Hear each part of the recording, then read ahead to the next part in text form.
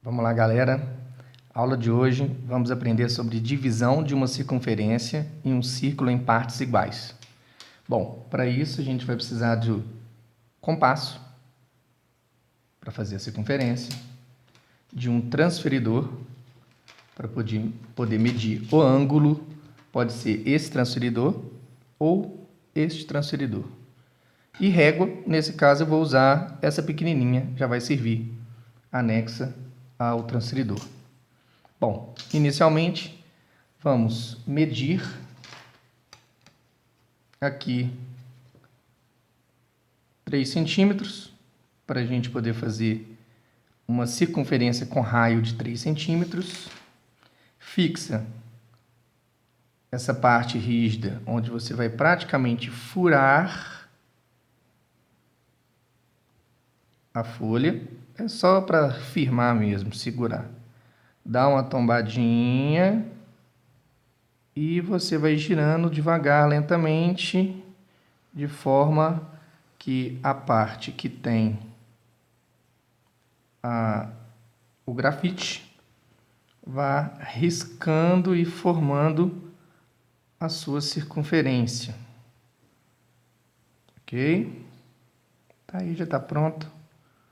Ficou mais ou menos.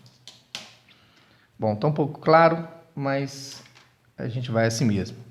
Dessa maneira, eu posso ir ao centro, marcar o nosso ponto, que é o centro da circunferência, traçar primeiramente o nosso raio de 3 centímetros.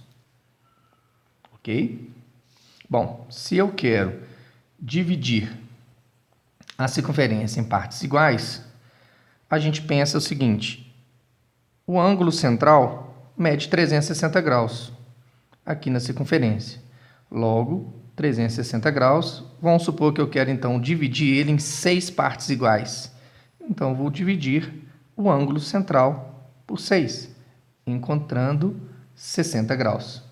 Para medir o ângulo de 60 graus, a gente então vai pegar o centro do transferidor, chegar ao ponto central ali, que é aquele pontinho, vai alinhar apontando para o 0 graus e a gente vai caminhando então até encontrar o 60. Eu vou marcar aqui, ó, tá? Posso também andar mais um pouquinho, chegar no 120, que é mais 60.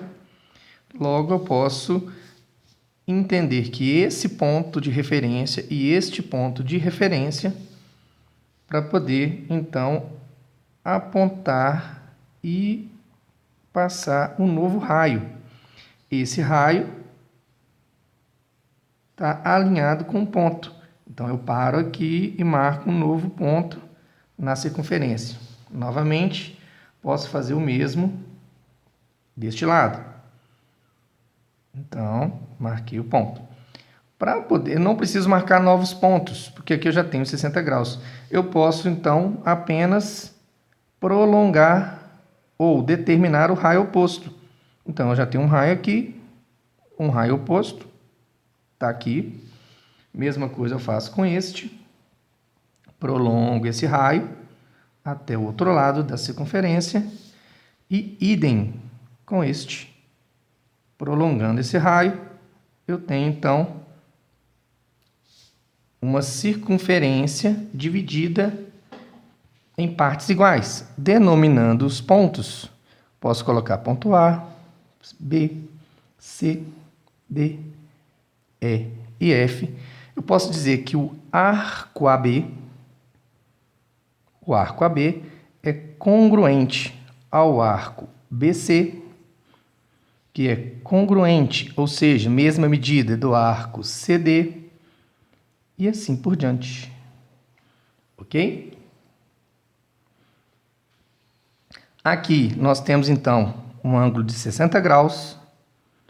Esse ângulo, se eu denominar aqui o ponto central de ponto O, eu posso dizer que o ângulo COD ele é congruente ao ângulo AOF. Isso a gente pode revisar.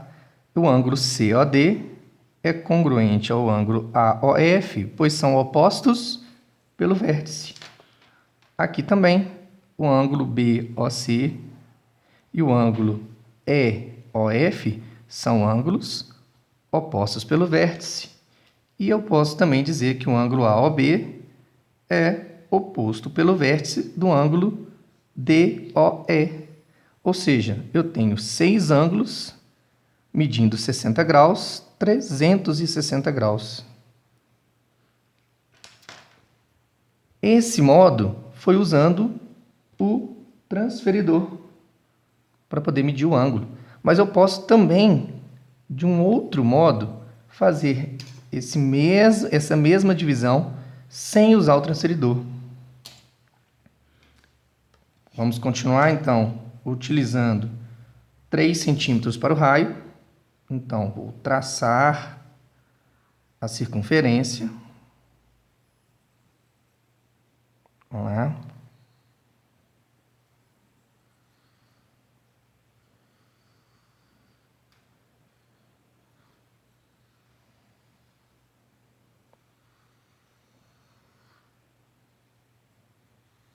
O grafite fica um pouco claro, né? Mas dá para poder enxergar. Vou lá, então, no ponto central. E vou traçar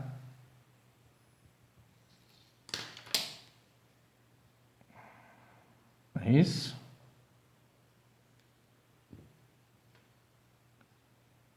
Perdi ele não, né? É isso mesmo. Vou traçar o nosso raio. Então, vamos traçar o raio. O que eu disse para vocês é que nós não vamos usar o transferidor. Nesse caso, o que eu faço? Eu vou utilizar a medida do raio e vou colocar agora o ponto fixo na circunferência. E eu vou marcar um novo ponto aqui em cima. Eu vou marcar. Esse novo ponto, na verdade, ele vai ter a mesma distância, então, raio e raio. Ou seja, se eu traço este raio agora,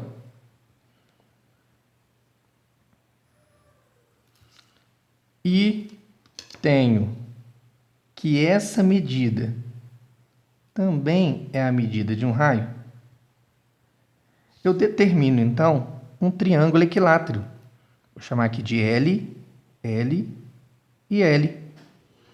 No triângulo equilátero, os 3 ângulos internos têm a mesma medida.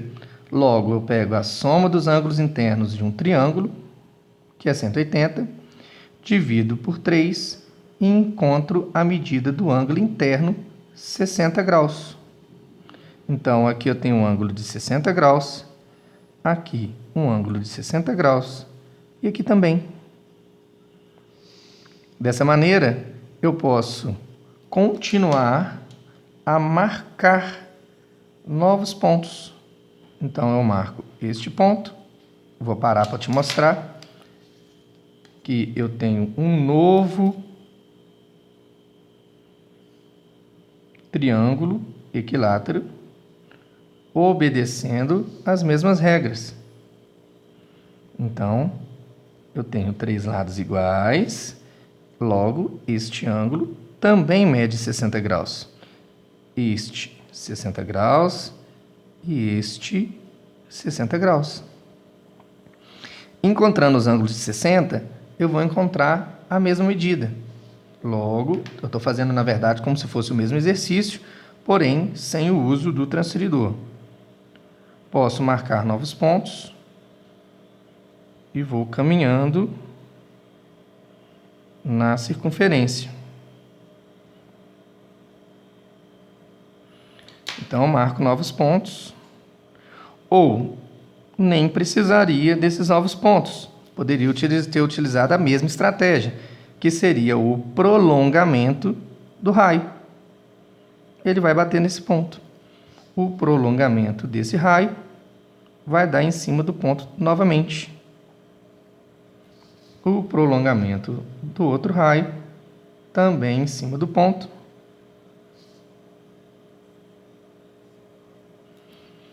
E aí eu vou obter a nossa circunferência dividida em partes iguais, sempre com ângulos de 60 graus, totalizando 360 graus. Bom, essa estratégia também é uma estratégia que vai me auxiliar noutra coisa. Eu posso muito bem aproveitar os pontos, ligá-los, assim como eu comecei lá em cima com aqueles tracejados, e você vai perceber que essa estratégia é uma estratégia que auxilia na construção de polígonos regulares. Nesse caso, ao dividir o ângulo de 360 graus por 6, eu encontro um hexágono. Eu tenho aqui, então, um hexágono regular. E o que o hexágono regular tem de importante? São duas regras muito importantes. Todos os lados possuem medidas iguais.